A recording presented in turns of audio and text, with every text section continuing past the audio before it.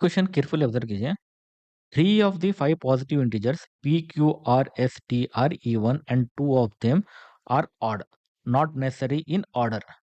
Okay, consider the following. Okay, consider the following. First क्या कह रहा है कि p plus Q plus R minus S minus T is definitely even. और second option क्या कह रहा है, two P plus Q plus two R minus two S plus T is definitely odd. तो which of the following is correct? तो ये question बहुत simple है। बस ऑड इवन के बारे में अगर प्रॉपरली अगर हम समझ लेते हैं तो ये प्रॉब्लम बहुत ईजी है। तो यहाँ पर 5 नंबर्स दिए हैं, P Q R S T, और मुझे कुछ भी पता नहीं कि इसमें से कौन से इवन है कौन से ऑड है। मुझे कुछ भी पता नहीं, कुछ भी पता नहीं मुझे कौन से इवन है कौन से ऑड है। लेकिन मुझे एक चीज़ पता है कि मेरे पास टोटल इवन कितने हैं, 3 हैं, और ऑड कितने हैं, 2 हैं। 2 ऑफ देम आर ऑड। कौन से हैं ये मुझे पता नहीं, लेकिन इवन 3 है, ऑड 2 हैं। अब मुझे बताइए, P plus Q plus R minus S minus T. Okay, तो ये डेफिनेटली इवन है, ये है या नहीं हमें चेक करना है। तो एक काम करेंगे, पहले P plus Q plus R जो है इनके बारे में पहले देखते हैं। इनके बारे में हम पहले देखते हैं। फर्स्ट चीज देखिए, यहाँ पर क्या कहा है, 3 इवन है, 2 ऑड है, और p plus Q plus R है। मेरे पास 3 नंबर्स हैं। तो अब बताइए, पी क्यू आर में से कौन से इवन है कौन से ऑड है। ये हमें पता करना है कि कौन से ऑड है कौन से इवन है। या तो फिर सब इवन हो गए, नहीं तो फिर सब ऑड हो गए, ये भी हो सकता है, राइट। सभी इवन हो गए या फिर सभी ऑड होंगे, ये भी हो सकता है। तो यहाँ पर क्या क्या है, अगर समझ लो, पी क्यू आर तीनों ऑड हो सकते हैं क्या? नहीं हो सकते हैं। क्यों? क्योंकि मेरे पास सिर्फ 2 ही ऑड है, सिर्फ 2 ही ऑड है। तो इसका मतलब क्या है, इन तीनों में से इन तीनों में से अगर 2 भी ऑड होते हैं, 2 भी ऑड होते हैं, तो एटलीस्ट एक तो इवन रहेगा, एटलीस्ट 1 इवन रहेगा, एटलीस्ट 1 इवन रहेगा।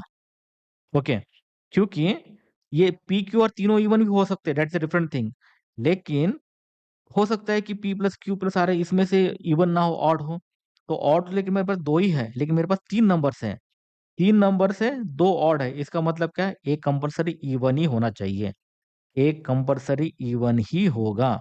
बाजू के बारे में मुझे पता नहीं, बाजू के बारे में मुझे पता नहीं कि ये कौन सा नंबर है, ये कौन सा नंबर है, और ये कौन सा नंबर है, और ये कौन सा नंबर है, मुझे कुछ भी पता नहीं है। लेकिन एक चीज़ तो मुझे पक्का पता है कि एक तो इवन होने ही वाला है।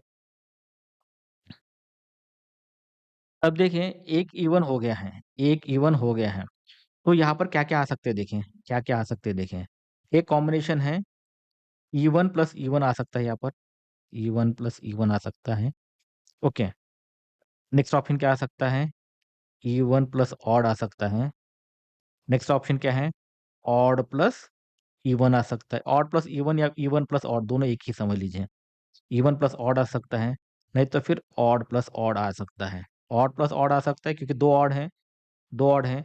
इवन भी अपने पास 3 है, 1 हो गया, 2 इवन बचे हैं, तो 2 इवन आ सकते हैं। नहीं तो फिर 1 ही इवन और 1 ही ऑड आ सकता है। ओके, 1 इवन 1 ऑड ही आ सकता है। तो ये 3 कॉम्बिनेशंस है। ओके, इवन प्लस इवन दोनों सेम ही हैं। तो इवन प्लस ऑड या ऑड प्लस इवन दोनों सेम ही है, समझ लीजिए। ओके, तो ये कॉम्बिनेशन रहेगा, राइट। अगर इवन प्लस इवन होगा तो ये क्या हो जाएगा, minus of minus of minus minus है ना, तो ऑड प्लस ऑड हो जाएगा, राइट। तो इसको minus of S plus T लगा लो। Okay, minus of S plus T, minus of odd plus odd, यहाँ पर माइनस ऑफ ऑड प्लस। अब देखिए, इवन एक हो गया है और एक इवन है, ऑड एक हो गया तो एक और ऑड बचेगा, तो ऑड प्लस इवन बचेगा मुझे। ओके, नेक्स्ट यहाँ पर क्या है, 2 ऑड हो गए तो मेरे पास 2 इवन ही बचेंगे, राइट। अब देखें, even plus even, even plus even क्या होगा, इवन प्लस इवन हमेशा इवन ही होगा। ओके, और इवन प्लस ऑड क्या होगा भाई, even plus odd 1 plus 2 3 odd ही होगा। और ऑड प्लस ऑड क्या होता है, 1 प्लस 3 4 इवन ही होता है, राइट। अब देखिए, इवन प्लस इवन है, इवन प्लस ऑड है, और इवन प्लस इवन है। तो यहाँ पर क्या होगा देखिए, इवन प्लस इवन क्या होगा ये? इवन ही होगा। इवन प्लस ऑड क्या होगा? इवन प्लस ऑड क्या होगा? 1 plus 1 plus 3, 1 plus even plus odd, odd ही होगा। और even plus even, even plus even, even ही होगा, right? Odd plus odd even है, इवन प्लस इवन, इवन हो जाएगा, राइट? अब ये टर्म्स का क्या है वैल्यू? इवन ऑड इवन है। अब राइट हैंड साइड में देखते हैं, ऑड प्लस ऑड क्या होता है? ऑड प्लस ऑड मतलब ऑड प्लस ऑड मतलब 1 प्लस 3 4, इवन हो जाता है, इवन हो जाता है। ऑड प्लस इवन क्या हो जाता है? ऑड हो जाता है। इवन प्लस इवन क्या हो जाता है? इवन हो जाता है, राइट? तो यहाँ पर क्या टर्म्स आ गए? इवन आ गए हैं। अब नेक्स्ट देखिए यहाँ पर, अब देखिए लेफ्ट हैंड साइड में क्या है? इवन है। Even minus even, even minus even क्या होता है? 4 माइनस 2 या फिर 2 माइनस 4, 2 होता है, राइट? इवन ही हो जाएगा। तो मेरा ये आंसर है, इवन होगा। ऑड माइनस ऑड क्या होगा देखें? 5 माइनस 1 4, 5 माइनस 4 इवन हो जाएगा। और इवन प्लस इवन क्या होता है? इवन माइनस इवन क्या होता है? इवन ही होता है। तो यहाँ पर देखिए फाइनल मेरा आंसर क्या है? कुछ भी कर लो, कुछ भी कर लो, इवन ही हो रहा है। तो मेरा ऑप्शन 1 इज राइट। तो मेरा ऑप्शन 1 इज राइट। तो 1 इज राइट है। नाउ अब सेकंड पार्ट देखते हैं। सेकंड पार्ट क्या है देखिए, 2p plus Q plus 2r minus 2s plus t is definitely odd बोल रहा है। 2p plus Q plus 2r minus 2s plus t is definitely odd कह रहा है।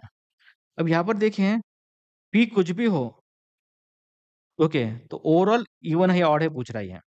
अब यहाँ पर देखें, p कुछ भी हो, इवन हो या ऑड हो, 2 से मल्टीप्लाई हो गया तो ये इवन हो गया, तो ये इवन हो गया। 2r कुछ भी हो, ये इवन हो गया।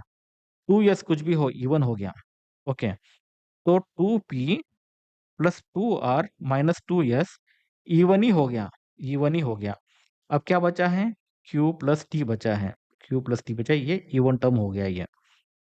और मुझे पता नहीं कि कौन सा टर्म इवन है या कौन सा टर्म ऑड है, ये मुझे कुछ भी पता नहीं। q क्या है मुझे पता नहीं, और t क्या है मुझे पता नहीं। ओके, तो क्या हो सकता है देखिए, कॉम्बिनेशन क्या हो सकता है? हमारे पास 3 इवन है, 2 ऑड हैं, तो क्या कॉम्बिनेशन हो सकता है देखिए, क्यू टी क्या हो सकता है? क्यू प्लस टी, या तो फिर दोनों ऑड हो सकता है, नहीं तो फिर दोनों इवन हो सकता है, नहीं तो इसमें से कोई एक इवन और कोई भी एक ऑड हो सकता है। मुझे कुछ भी पता नहीं कौन सा क्या है बोल के, ये तो यही कॉम्बिनेशन है। इवन इवन होगा, ऑड होगा। इवन प्लस ऑड का मतलब होता है ऑड प्लस इवन भी होता है, समझ लीजिए, ओके। इवन प्लस ऑड का मतलब होता है ऑड प्लस इवन भी होता है। अगर ये ऐसा करूंगा तो ये क्या हो जाएगा? ऑड प्लस ऑड क्या होता है? 1 प्लस 3 क्या होता है? 4 होता है, राइट? तो ये इवन हो गया। और इवन प्लस इवन इवन होता है। ऑड प्लस इवन क्या होता है? 1 प्लस 2 ऑड होता है, राइट? अब यहाँ पर मुझे, या ये लेफ्ट हैंड साइड का टर्म पूरा इवन है। अगर मैं इवन को इवन करूंगा तो मेरा आंसर इवन हो जाएगा। इवन को फिर से इवन करूंगा तो मेरा आंसर इवन हो जाएगा। इवन को ऑड करूंगा तो मेरा आंसर क्या हो जाएगा? ऑड हो जाएगा, राइट? अब क्वेश्चन क्या है? 2p plus Q minus 2r minus 2s plus T is definitely odd बोल रहा है। डेफिनेटली ऑड कहाँ हो रहा है भाई? 2 जगह मेरा इवन हो भी हो सकता है, और एक जगह मेरा ऑड भी हो सकता है। मैं डेफिनेटली नहीं कह सकता हूँ, लेकिन इसके पहले इसमें तो मैं डेफिनेटली कह सकता हूँ मेरा इवन ही हो रहा है। लेकिन इसमें मैं कह नहीं सकता क्योंकि इवन भी है और ऑड भी है। तो इसका मतलब only 1 is correct, only 1 is correct. Question देखिए, consider the following in respect of prime number p and composite number c। Okay, composite number C, composite C का मतलब क्या होता है? उसके बहुत सारे फैक्टर्स हो सकते हैं, 1 और सी को छोड़ के भी बीच में कोई भी फैक्टर्स हो सकते हैं, वो कॉम्पोजिट नंबर। अब क्वेश्चन ये है कि p plus C divided by p minus C can be, can बोला है तो कैन का मतलब होता है पॉसिबिलिटीज है, पॉसिबिलिटीज है। क्या पॉसिबिलिटी है या नहीं हमें चेक करना है। p plus C divided by p minus C, p prime number है लेकिन कौन सा प्राइम नंबर ये नहीं बताया है, तो मैं p को 2 भी ले सकता हूँ, 3 भी ले सकता हूँ। एक एग्जाम्पल से 2 अगर मैं लेता हूँ, 2 और कॉम्पोजिट नंबर में 4 लेता हूँ, 2 प्लस 4 डिवाइडेड बाय 2 माइनस 4 क्या हो जाएगा? 4 प्लस 2 6, 6 डिवाइडेड बाई -2, -2 क्या हो जाएगा, -3 हो जाएगा। तो ये ऑड हो रहा है, राइट, ये ऑड हो रहा है। तो मैं दूसरा कोई नंबर लेता हूँ, 2 प्लस 6 डिवाइडेड बाय 2 माइनस 6। तो यहाँ पर नहीं बन रहा है, मतलब 8 डिवाइडेड बाय माइनस आ रहा है, राइट, हाँ, 6 प्लस 2 8, 2 माइनस 6 -4, ये क्या हो जाएगा, -2 हो जाएगा, राइट। और ये इवन है ना, इवन नेगेटिव इंटीजर है। तो मेरा फर्स्ट ऑप्शन करेक्ट है कि वो इवन हो रहा है। सेकंड ऑप्शन देखें, 2p plus C is odd, can be odd, can be odd बोला है। तो कोई भी नंबर को 2 से मल्टीप्लाई करूंगा तो वो इवन हो जाएगा, इवन प्लस, क्या मेरे पास कोई कॉम्पोजिट ऑड नंबर है क्या, देखें, कॉम्पोजिट ऑड नंबर मतलब 15 कॉम्पोजिट है, क्योंकि उसके फैक्टर्स 3 भी हैं, 5 भी हैं, 1 है और 15 भी है, राइट। तो अगर मैं सी को 15 लेता हूँ तो ये क्या हो जाएगा, even plus odd, even plus odd. चलो पी को मैं 3 लेता हूँ, 3 इंटू 2 6, 6 प्लस 15 क्या हो जाएगा, ये 21 हो जाएगा, ये ऑड हो जाएगा। तो ये पॉसिबल है। PC can be odd, okay, PC can be odd. PC देखते हैं, अगर मैं 2 लेता हूँ, कॉम्पोजिट नंबर मैं लेता हूँ 15 लेता हूँ, तो ये 13 हो जाएगा, तो ये इवन है, राइट। अगर मैं दूसरा कोई लेता हूँ, प्राइम दूसरा लेता हूँ, 3 इंटू 15, तो ये क्या हो गया, 45 हो गया, तो ये ऑड हो गया। तो पीसी कैन बी ऑड। तो both 1 2 3 are possible, both 1 2 3 are possible. ये क्वेश्चन देखिए, A 3 digit number A B C on multiplication with D gives 37dd, where a b c and d are different non-zero digits. What is the value of a plus b plus c?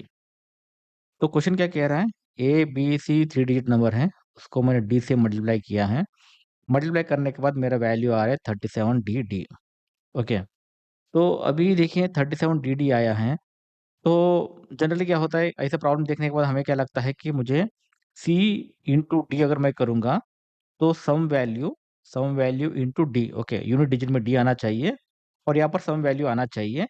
उस हिसाब से मैं सी और D को choose करने की कोशिश करूंगा बोल के, जनरली फर्स्ट थॉट हमें वही आता है, राइट। सी इंटू डी है, हम सी इंटू डी से शुरू करेंगे, तो ये होता है बोल के। लेकिन वहां पर प्रॉब्लम ये आता है कि सी एंड डी के प्रोबेबिलिटी बहुत ज़्यादा आ जाते हैं, सी एंड डी के कॉम्बिनेशन से बहुत ज़्यादा आ जाते हैं, ओके, सी एंड डी के कॉम्बिनेशन से बहुत ज़्यादा आ जाते हैं।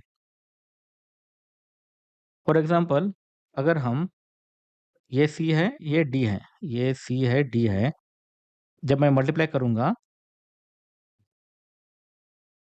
ये सी है, ये डी है, जब मल्टीप्लाई करूंगा तो मुझे डी आना चाहिए।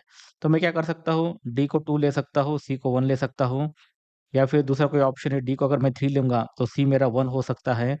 नहीं तो फिर दूसरा कोई नंबर ऐसा है कि मुझे 13 आ जाए, ऐसा कुछ भी नहीं है। लेकिन 4 लूंगा तो 4 में 1 सी ले सकता हो, फिर 6 4 24 होता है तो 6 भी ले सकता हो, फिर बाद में 5 ले सकता हो, ऐसे बहुत सारे कॉम्बिनेशन आ सकते हैं। तो डेफिनेटली हमें पता नहीं होता है कि क्या होगा बोल के, अगर हो भी गया फिर भी हमें बी कौन सा है ये चूज करना मुश्किल हो जाता है, और ये भी क्या है मुश्किल, ये भी चूज करना बहुत मुश्किल हो जाता है। यहाँ पर 3 7 डी जैसे मुझे दे दिया है। अब देखिए, आप कई बार भी सॉल्यूशन बुक दीजिए, सॉल्यूशन बुक में उन्होंने क्या किया है, एबीसी को हिट एंड ट्रायल मेथड से ही निकाला है। अगर आप कई बार भी वीडियो एक्सप्लेनेशन भी देख लोगे दूसरी कहीं पर भी, तो उन्होंने बोला है कि भाई आप देखिए अभी मतलब एक लॉजिक ये बोलते हैं कि भाई ये इंटू डी है, ये इंटू डी 37 के पास आ रहा है, मतलब 9 इंटू 4 का आंकड़ा हो सकता है। मतलब उस टाइप का कोई भी एक लॉजिक बना के हिट एंड ट्रायल वाले बात ही कहते हैं, हिट एंड ट्रायल के मेथड ही हम यूज करने की बात करते हैं। लेकिन हिट एंड ट्रायल का मेथड हम तभी यूज करते हैं जब हम एग्जाम के बाहर आते हैं तब। ओके, एग्जाम के हॉल में हम हिट एंड रन हम नहीं लगा सकते हैं, नहीं लगा सकते हैं। तो इसलिए ये है कि बेसिक से समझ लिए ये कहना क्या चाहता है, और हम दूसरे मेथड से हम क्या समझ सकती है क्या, यही इसका सॉल्यूशन है, instead of going for hit and trial. Hit and trial हम एग्जाम के बाद बैठ के मार सकते हैं, लेकिन एग्जाम हॉल में हम हिट एंड ट्रायल नहीं मार सकते हैं। तो बेसिक डेफिनेशन से प्रॉब्लम को सॉल्व करना पड़ेगा। देखिए यहाँ पर बहुत कॉम्प्लिकेटेड नंबर्स आ रहे हैं, इसलिए मैं क्या करूँगा, इसको समझने की कोशिश करूँगा ये क्या कह रहा है। ए-बी-सी को डी से मल्टीप्लाई करूँगा तो ये 37DD आ रहे हैं, राइट? इसका मतलब क्या है, अगर मैं 37DD को डी से डिवाइड करूँगा, तो मेरा रिमाइंडर 0 आना चाहिए। ओके, मेरा रिमाइंडर 0 आना चाहिए, मतलब प्रॉपर्ली डिवाइड होना चाहिए। और 37DD को अगर मैं डी से डिवाइड करूँगा, तो मेरा वैल्यू कौन-सा आना चाहिए? ए-बी-सी आना चाहिए, ए-बी-सी आना चाहिए, जबकि ए-बी-सी, डी चारों नॉन नेगेटिव इंटीजर हैं। ABCD non zero different digits हैं, राइट? अगर हम ये बेसिक समझ लेते हैं, तो हमें ट्रायल एंड एरर मेथड लगाने की ज़रूरत नहीं पड़ती है। नोट कीजिए, ट्रायल एंड एरर मेथड जब लगाने जाओगे तो उसका बहुत सारा टाइम लगेगा। उससे अच्छा ये है कि भाई आप डिविजिबिलिटी का रूल यूज़ करो, डिविजिबिलिटी का रूल यूज़ करो, ओके? तो हमें क्या करना है, 37DD को डी से डिवाइड करना है और मेरा क्वोटिएंट क्या है ये मुझे चेक करना है। क्वोटिएंट क्या है ये मुझे चेक करना है, यही है। अब ऑब्वियसली डी देखें, डी 1 नहीं हो सकता है। क्यों 1 ना हो सकता है? क्योंकि 1 से मल्टीप्लाई करूँगा, एबीसी है, एबीसी को 1 से मल्टीप्लाई करूँ तो एबीसी आएगा, राइट? लेकिन 37DD तो नहीं आएगा, तो 1 नहीं होगा। तो मेरे नंबर्स देखें, 1 से लेके 9 तक मैं चेक करता हुआ जाऊँगा, ओके। ऑब्वियसली नॉन ज़ीरो बोला है तो 0 नहीं लूँगा, 1 भी नहीं लूँगा। अब 2 से शुरू करता हूँ। देखिए, 2 से शुरू करता हूँ। ये देखिए, ये एक क्वेश्चन से आप पूरा रिमाइंडर थ्योरम को समझ लोगे। ये एक क्वेश्चन से आप पूरा रिमाइंडर थ्योरम को आप समझ लोगे। अब 2 से शुरू करते हैं। 2 2 का अगर 2 है, डी इज़ 2 है, तो ये नंबर क्या हो जाएगा? 3722 डिवाइडेड बाय 2, ऑब्वियसली रिमाइंडर 0 आएगा, ओके। तो और नंबर क्या होगा? एबीसी क्या होगा? एबीसी क्या होगा? डिवाइड करूँगा तो 2 1 ज़ा 2, 2 2 8 ज़ा 16, 2 6 ज़ा 12, 2 1 ज़ा 2, 1863 आया है। 1863 क्या है? एबीसी है, लेकिन एबीसी क्या है? 3 डिजिट्स ही चाहिए, तो मेरा डी इज़ इक्वल टू 2 नहीं होगा, राइट? नेक्स्ट 3 से देखता हूँ। 3733, 3 को कंपल्सरी डिवाइड करना है, कंपल्सरी डिवाइड करना ही है। तो डिविजिबिलिटी रूल क्या कहता है देखिए, डिविजिबिलिटी रूल क्या कहता है कि मेरे सम ऑफ डिजिट्स अगर 3 से डिवाइड होता है, तो ये डिविजिबल हो जाएगा। पर डिविजिबल होता है नहीं चेक करेंगे, फिर बाद में एबीसी निकालेंगे, राइट? पहले हम डिविजिबल होता है नहीं पहले चेक करेंगे। ये तो डिविजिबल होता था 2 के लिए क्योंकि इवन नंबर है इसलिए। यहाँ पर चेक करते हैं, 3 + 7 + 3 + 3 क्या होता है? 10 प्लस 16 होता है। 16 को 3 डिवाइड नहीं करता है, तो 3 से डिवाइड नहीं होगा। ये 3 से डिवाइड नहीं होगा। 37DD/D = ABC का मतलब क्या है? D से डिवाइड होगा, रिमाइंडर 0 होगा और मेरा क्वोटिएंट ABC होगा। ये मेरा रूल है। ओके, प्रोसीजर यही है, मतलब फंडा तो वही होता है। तो 2 तो डिविजिबल होता है, लेकिन जो क्वोटिएंट है वो 4 डिजिट आ रहा है। 3 से डिवाइड करूँगा, तो डिवाइड ही नहीं हो रहा है 3 से। ओके, 3 से डिवाइड ही नहीं हो रहा है। 4 देखता हूँ, 3744 डिवाइडेड बाय 4। आपको पता है 4 की डिविजिबिलिटी अगर मुझे चेक करनी है, तो मैं क्या करूँगा? लास्ट 2 डिजिट डिवाइड होता है या नहीं चेक करूँगा मैं। ओके, 4 की डिविजिबिलिटी का मतलब होता है लास्ट 2 डिजिट चेक डिविजिबल होता है या नहीं चेक करूँगा। तो 44 को मैं 4 से डिवाइड करूँगा, तो मेरा रिमाइंडर क्या आ जाएगा? 0 आ जाएगा। 4 क्योंकि 44 को 4 डिवाइड करता है, तो मेरा रिमाइंडर 0 आएगा, मतलब it is divisible by 4, divisible by 4। ठीक है, अभी डिविजिबल बाय 4 तो हो गया। 4 को 3744 से डिवाइड करूँगा तो क्या आएगा देखें? ओके, तो ये क्या हो गया? 9 4 ज़ा 36, 14, 4 3 ज़ा 12, 24, 8 4 ज़ा 32। देखिए एबीसी आ गया मुझे। एबीसी क्या है? 9 प्लस 3 प्लस 938 है। तो एक आंसर है 938। और भी हम चेक करते हैं। 4 से क्यों क्लोज़ करेंगे और भी चेक करेंगे। ओके, एबीसी 938 आ रहा है मेरे एक ऑप्शन। अब दूसरा ऑप्शन देखते हैं, 3755, okay, 3755 divided by 5। Unit digit 5 है, तो 5 से डिवाइड करूँ तो रिमाइंडर 0 आएगा, तो ऑब्वियसली डिवाइड हो ही जाएगा। और 5 से क्या हो गया? 3755 करूँगा तो क्या हो जाएगा? 5 7 ज़ा 35, 5 5 ज़ा 25, 25, 0 5 1 5, 751 आ गया एबीसी। एबीसी 751 आ गया है। तो यहाँ पर देखिए, A, B, C and D दोनों डिफरेंट होना चाहिए, right? A, B, C and D different होना चाहिए। मेरा डी यहाँ पर 5 है, लेकिन यहाँ पर मेरा बी भी 5 आ रहा है, बी भी 5 आ रहा है। देखिए डी 5 आ रहा है, बी भी 5 आ रहा है। तो क्वेश्चन क्या दिया है? डिफरेंट डिफरेंट बोला है, डिफरेंट डिफरेंट बोला है, तो इसका मतलब D is equal to 5 option नहीं होगा। नाउ नेक्स्ट आता है 6 से चेक करते हैं, 3766। ओके, ये डिविजिबल बाय 6 होता है नहीं, चेक करेंगे पहले। तो 6 का डिविजिबिलिटी का मतलब क्या है, 6 इज इक्वल टू 2 इंटू 3 है, तो इसका मतलब 2 से भी डिवाइड होना चाहिए, 3 से भी डिवाइड होना चाहिए। तो हम 2 का डिविजिबिलिटी रूल भी यूज लगाएंगे और 3 का डिविजिबिलिटी रूल भी हम यहाँ पर लगाएंगे। 2 का डिविजिबल रूल लगाएंगे, देखें यूनिट डिजिट क्या है, इवन है, तो 2 से डिविजिबल हो जाएगा। तो 3 से डिवाइड होता है, इन्हें चेक करते हैं। 3 से डिवाइड होने के लिए क्या करेंगे, हम पूरे को ऐड करेंगे, तो 3 प्लस 7 प्लस 6 प्लस 6, तो ये क्या हो जाएगा, 10 प्लस 12 इज इक्वल टू 22 हो जाएगा। 22 को 6 से डिवाइड करेंगे तो 6 3 ज़र 18, 6 4 ज़र 24, मतलब डिवाइड नहीं हो रहा है, तो this number is not divisible by 6। Okay, ये नॉट डिविजिबल बाय 6 होता है। अब 7 देखते हैं, 3777 डिवाइडेड बाय 7। ओके, तो